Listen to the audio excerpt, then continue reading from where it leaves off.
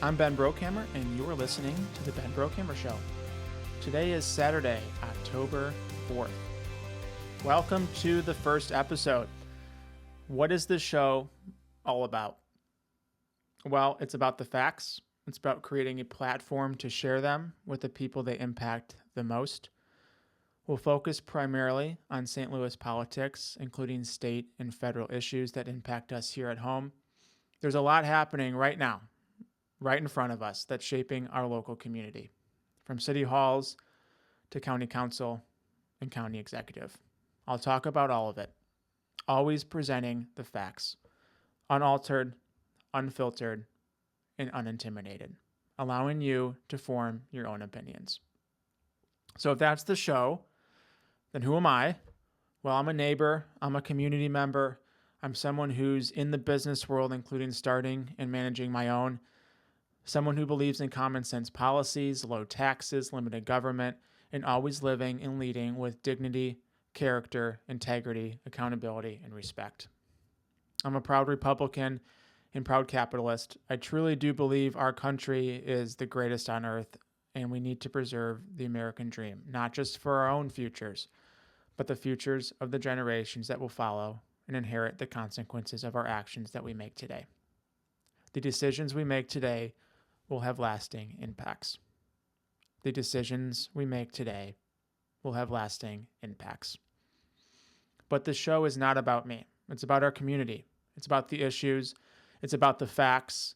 And it's about sharing them with the people they impact the most. You. I started the show because St. Louis, here especially in St. Louis County, we are experiencing skyrocketing property taxes, failed leadership, a lack of accountability.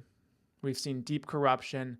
Many of us have been ignored, left behind, left unheard, and we've been put second to politics and self-serving interests. And it needs to be talked about. If we don't talk about it, then we cannot learn from it. And if we can't learn from it, we can't offer solutions, we can't seek change. And we, the voter, the taxpayer, the citizen, the fellow neighbor, we deserve to hear how it is. And believe me, if things were great, if there was a comeback locally, like what we're seeing on a national level, I'd be talking about that too. But progress is stagnant here in St. Louis. We live in the greatest country on earth where we have the power of our voice and our vote, regardless of the level of government.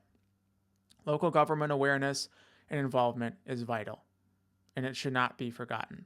So I ask you to not lose sight of that. Start conversations, seek the best for our community and our country, welcome respectful debate, discussion, and discourse.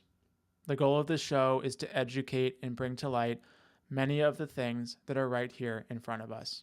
It's about the facts, adding context, and driving wider explanations. And for those who tune in, the facts that are outlined and shared in every program will be cited in the episode description. So with that, let's get into it.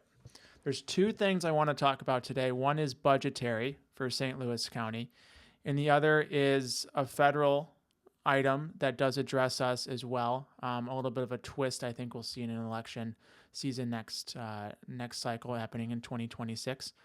So here in St. Louis County, we are heading into the budget hearing time for fiscal year 2026. County Executive Sam Page's full budget proposal was published on Wednesday, October 1st, and wow, is it packed. On the surface, trimming back looks to be promising. We're seeing an 8.4% decrease over the prior year, which we're in right now. That's about $100.7 million of a cut. Revenues in all budgeted funds are projected to increase slightly, about $3 million, 0.3% year over year. So we're still seeing a gap. Definitely still spending more than we're bringing in. In fact, if you do the math, it's about a difference of $127 million between the increased number of revenue that's quoted and the quoted projected expenses. So for those keeping track, we are still about $40 million in the hole for the current year. We're going to have another $100+ million shortfall in the next year. Combined, we're looking at north of about $150 million shortfall if you look at the 2 years combined. Those are just projections, and again, pulling it directly from Sam Page's proposal. We are approaching a pivotal moment as well here. If you look at the proposal, the business plan, there's this interesting chart where it shows the general revenue fund, the projected ending balance going back about 5 years and what it's going to be like in the future. And there's another line for the target balance of that same fund. And we are looking at the point at early 2026 where the projected ending balance and the target meet, and they continue to separate. The ending balance continues to be in the negative in years to follow. The county has continued to actually spend more than it brought in since 2020, and that trend continues in all of their published projections. So what's the plan? Well, here's what we know. Sam Page wants to raise taxes. He is requesting the county council to put a new online sales tax measure on the April 2026 ballot. Sales tax accounts for about half of the budget's projected revenue, and it's estimated this new tax could bring in $45 to $75 million in additional revenue for the county and $20 to $40 million in additional revenue for municipalities. Looking at the pie and knowing that sales tax is about half of our revenue, the slightly smaller section of that is going to be property taxes. About 15% of the projected revenue is property taxes. And according to an article published by KSDK this past summer, if you're a homeowner or a real estate owner, you'll know because you've been feeling the pain on this as well. People across St. Louis, in the St. Louis area, are seeing a 15 to 20% increase in their real estate tax assessments. The reassessment period that happens every other year is continuing to consistently shock homeowners and property owners. I personally have seen over a 30% increase since 2023. And the kicker for me, no remodel, no improvements, no major additions, just simply maintaining my property. And I know I'm not alone. When I appealed my reassessment, which I would urge all of you to, and if you need help on the process, feel free to reach out. I've done it a few times. The county assessor's office could not explain their own calculations. No explanation, not even an excuse for comparing my property to larger homes and ignoring nearly all 60 statistically identical properties in recent sales. And that's according to their own data. And I used their own data in my hearing notes I sent over, my appeal notes, and no excuse, just could not explain the information at all. So while we have seen the actual tax rate percentage trending down year over year, going back about 1984, this is made up for by the skyrocketing reassessments. There's a lot to think about when you look at tax revenue. We have had about 81,000 applicants for the senior tax freeze, which personally I think is a good idea to have that, but there will be implications on the budget, and increases to make up for it are being sought. Published in Sam Page's own proposal, the assumption is that property tax revenues will continue to grow in reassessments. So we are having a freeze for about 81,000 who applied for it. If those are approved and make it through the process, that gap has to be made up somewhere, and they are promising the rest of us significant increases in reassessments to make up the difference. So that mixed with sales tax revenue will also grow if he gets his way in the spring. High level, when you look at the economy, and I think it is important to call this out from a numbers perspective, high taxes hurt the economy, primarily by reducing disposable income. When people have less money to spend, it discourages spending. It makes it harder to save and invest. And high taxes increase the cost of doing business. They reduce demand. That in turn will reduce business investment. But when you look at sales tax specifically, it's not one that is proportional to income. So that means that it's going to disproportionately burden low-income households.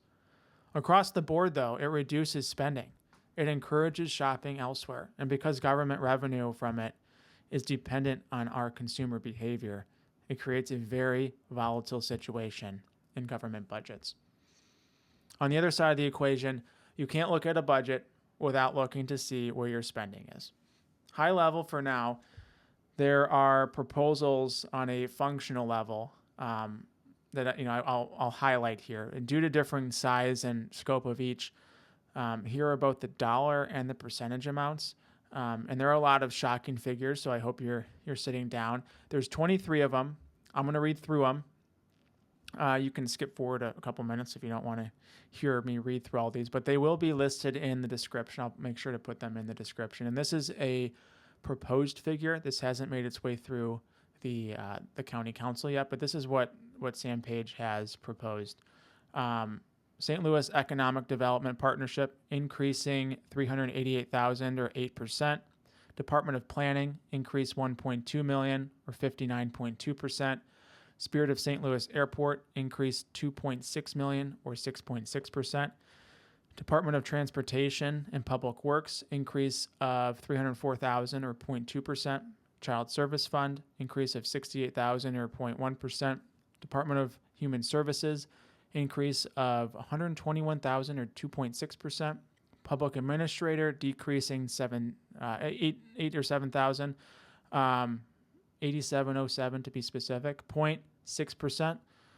Department of Public Health increase of $6.6 million or 6.9%. Emergency Communications Commission decrease of $2.8 million or 14.3%. Department of Judicial Administration increase of $2.5 million or 6.8%.